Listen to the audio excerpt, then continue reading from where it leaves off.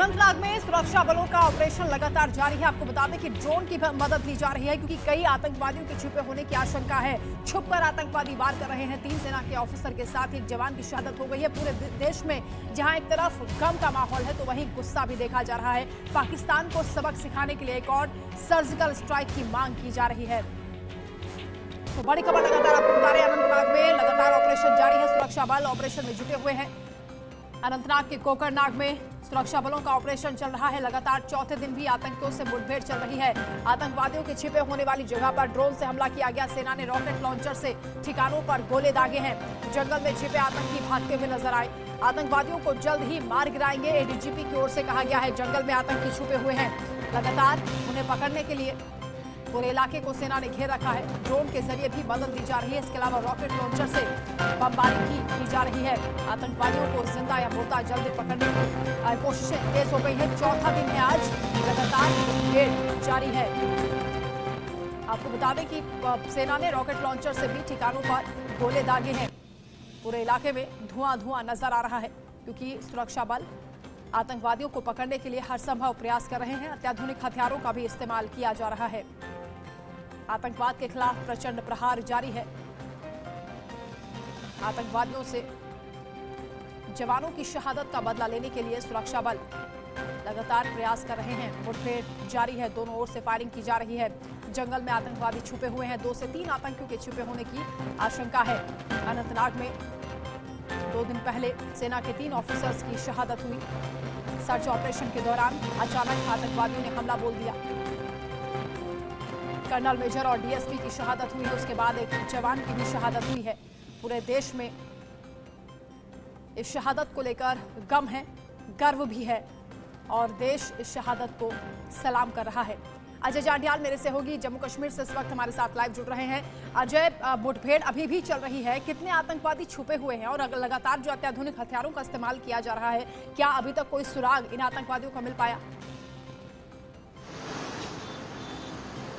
देखिए, जो 2 से 3 आतंकी यहाँ पर छुपे होने की आशंका है और इसी को लेकर इस पूरे जंगल के इलाके में ऑपरेशन चलाया जा रहा है। कल हमने देखा कि किस तरीके से जो है भारतीय सेना के जवानों ने ड्रोन के जरिए वहां पर विस्फोटक को डालकर वहां पर धमाके किए, क्योंकि एक ठिकाना जब ड्रोन की नजर से उस पूरे इलाके पे नजर रखी जा रही थी तो जंगल के इलाके में एक हाइडआउट जो टेररिस्ट का है वो दिखाई पड़ा, जिसके बाद वहां पर ताबड़तोड़ फायरिंग की गई और रॉकेट लॉन्चर और ड्रोन की मदद से वहां पर बम दागे गए, जिसमें उस वीडियो में हम देख सकते हैं कि कैसे आतंकी जो वहां छुपे हुए हैं वो वहां पे भागते हुए दिखाई दे रहे हैं। तो ये साफ दिखाई देता है कि यहाँ पर जो आतंकियों का ठिकाना था उसको ध्वस्त कर दिया गया है।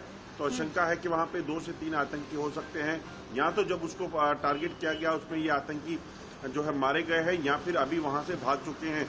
जख्मी जरूर हुए होंगे क्योंकि जिस तरीके से आतंकियों के पास वो विस्फोटक फटता है उसके बाद ये वीडियो में साफ देखा जा सकता है कि आतंकी भाग रहे हैं। तो ऐसे में ये आशंका है कि वहां पर आतंकी जो हैं जल्द ही उनका सफाया होगा और जल्द ही कुछ अच्छी खबर मिलेगी, क्योंकि देश जो है वो पूरे तरीके से गमगीन है। देश पूरे तरीके से इस वक्त दुखी है और गुस्सा है देश में कि पाकिस्तान और पाकिस्तान पर आतंकवाद को खत्म नहीं किया जाए तब तक अब सांस नहीं लेनी चाहिए, क्योंकि ये बहुत हो चुका। हर बार इसी तरीके से अगर जवानों को या अफसरों को अपनी शहादत देनी पड़ेगी तो वो अच्छी चीज नहीं है। बिल्कुल, शहादत पर गुस्सा है, गर्व भी है, लेकिन पूरा देश की ये मांग है कि एक और सर्जिकल स्ट्राइक होनी चाहिए। पाकिस्तान को सबक सिखाने की फिर से जरूरत है। बिल्कुल, आप सही कह रहे हैं। हमने कल देखा कि जम्मू शहर में जो प्रदर्शन हुए या कश्मीर में जो प्रदर्शन हुए या फिर देश के अलग अलग हिस्सों में जो प्रदर्शन हो रहे, तो एक ही आवाज आ रही थी कि क्यों पाकिस्तान को बर्दाश्त किया जा रहा है, क्यों पाकिस्तान के खिलाफ कड़ी कार्रवाई नहीं हो रही। और खासतौर पे अब जब भारतीय सेना के शूरवीर और खासतौर पे कमांडिंग लेवल ऑफिसर जो हैं वो अगर इस तरीके से शहीद किए जाएंगे तो उसके बावजूद भी अगर देश इस चीज का इंतजार करेगा कि पाकिस्तान को अगला मौका दिया जाए तो वो गलत होगा। इसीलिए देश पे गुस्सा है। मगर सेना और सरकार जो है वो अपने तरीके से स्ट्रेटेजिकली जो है ऑपरेशन को अंजाम देगी, चाहे वो इस जंगल में छुपे आतंकी हैं या फिर सरहद के पार एलओसी के पार पाकिस्तान के कब्जे वाले कश्मीर में बैठे आतंकी। क्योंकि अभी 2 दिन पहले ही जब भारतीय सेना के उत्तरी कमान के प्रमुख आर्मी कमांडर जो है उपेंद्र द्विवेदी से बात हुई थी तो उन्होंने कहा था कि लगभग 200 के करीब आतंकी जो हैं वो सरहद के पार और एलओसी के पार जो है वो बैठे हैं, जो घुसपैठ की फिराक में हैं और सेना लगातार उनके घुसपैठ के प्रयासों को नाकाम कर रही है। तो ये साफ है कि अभी भी पाकिस्तान में टेरर फैक्ट्री चल रही हैं और पाकिस्तान उन आतंकियों के जरिए जम्मू कश्मीर में हालात खराब करने के जो प्रयास पिछले कई सालों से कर रहा है उसे जारी रखना चाहता है। भले ही सरहद पर जो है फायरिंग ना हो रही हो, युद्ध विराम का उल्लंघन ना हो रहा हो, मगर पाकिस्तान की मंशा जो है वो बदली नहीं है। और पाकिस्तान भले ही भुखमरी की कगार पर हो, पाकिस्तान चाहे लोगों के रोष को झेल रहा हो वहां पर, मगर उसके बावजूद पाकिस्तान जो है इन हरकतों को रोकता नहीं है। अजय, इस साल का ये सबसे बड़ा आतंकवादी हमला है, क्योंकि 2020 में भी कई जवानों की शहादत हुई थी, उसके बाद अब ये अटैक हुआ है। एक बार विस्तार से हमारे दर्शकों को आप बताइए कि किस तरह से सर्च ऑपरेशन के दौरान जवानों पर हमला हुआ, और ये भी बताइए कि घाटी में क्योंकि मौसम बिगड़ा हुआ था, बता रहे थे कि लगातार बारिश की वजह से चैलेंजेस आ रहे हैं, अभी कैसा मौसम है? देखिए, मैं आपको बता दूं कि दरअसल हुआ क्या था कि मंगलवार की शाम को जो है सुरक्षा बलों ने इस इलाके में जब उनको इनपुट मिला था तो इस इलाके में जो है एक तलाशी अभियान शुरू किया। जंगल को घेरा गया और जंगल में छुपे आतंकी जो थे, इस चीज़ की जानकारी थी कि आतंकी किसी हमले को अंजाम दे सकते हैं और उसी के बाद इस ऑपरेशन को वहाँ लॉन्च किया गया था। सुबह जब जो कर्नल मनप्रीत सिंह है, मेजर आशीष हैं और जम्मू कश्मीर पुलिस के डिप्टी एसपी जो है हिमायू भट्ट, ये और बाकी साथी जो हैं उस जगह पर पहुंचे और वहां पर उस इलाके की समीक्षा कर रहे थे कि कैसे इस ऑपरेशन को चलाया जाएगा, वहां रहने वाले लोगों को सुरक्षित किया जाएगा, क्योंकि अगर आतंकी वहां हैं वो हम लोगों को खतरा हो सकते हैं। तो ऐसे में उस पूरे ऑपरेशन को शुरू किया गया था, मगर जंगल में छुपे आतंकियों ने अचानक से बाहर निकलकर जो है इन सेना के जवानों पर, अफसर्स पर हमला किया, जिसमें गंभीर रूप से ये सब जख्मी हो गए।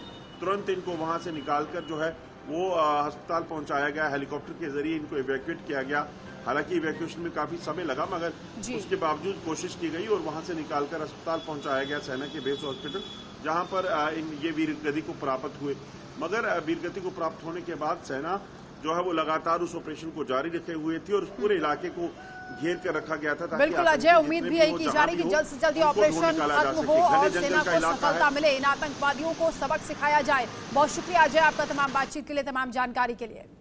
तो वीर जवानों की शहादत को लेकर पूरे देश में आक्रोश है। सीमा पार समर्थित आतंकवाद से देश का खून खौल रहा है। दरअसल 2 दिन पहले 13 सितंबर को अनंतनाग में आतंकियों से लोहा लेते हुए सेना के कर्नल मनप्रीत सिंह, मेजर आशीष और जम्मू कश्मीर के डीएसपी हुमायूं भट्ट शहीद हो गए।